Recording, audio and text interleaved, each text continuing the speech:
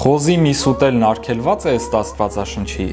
ցավոտ թեմաների եմ հիմա գտնելու, չէ, բայց հանգիստ եղեք, քրիստոնյային խոզի միս ուտել կարելի է։ Իհարկե, հին կտակարանում Աստված պատվիրել էր խոզի միս չուտել։ Այսօր, սակայն, գիտնականներն ու սննդաբանները բացատրում են, այն տարածքներում, որտեղ ապրում էին հրեաներն այդ ժամանակ, անապատներ էին, անասելի բարձր ջերմաստիճանով եւ հիգիենայի կանոնների պահպանման անհնարին պայմաններով։ Խոզի միսը, ի տարբերություն, ասենք, գառան մսի, շատ շուտ է փչանում եւ այն անհնար է պահել նման պայմաններում։ Պահպանման կանոնների նույնիսկ աննշան խախտումը կարող էր հանգեցնել անդառնալի հետևանքների եւ մահացու հիվանդությունների, ու նաև սա է պատճառը, որ օրենքում Աստված արգելում է ուտել խոզի միս եւ իբրև պատվիրան տալիս է սա անապատաբնակ հրեաներին, որպեսզի նրանք չկոտորվեն ամենատարբեր հիվանդություններից։ Երբ արդեն չկար նման խնդիր, նոր կտակարանում Աստված ասում է անմաքուր կերակուրից հրաժարվող Պետրոսին՝ վեր կաց, մորթիր եւ կեր, այն ամեն ինչ Աստված սրբացրել է,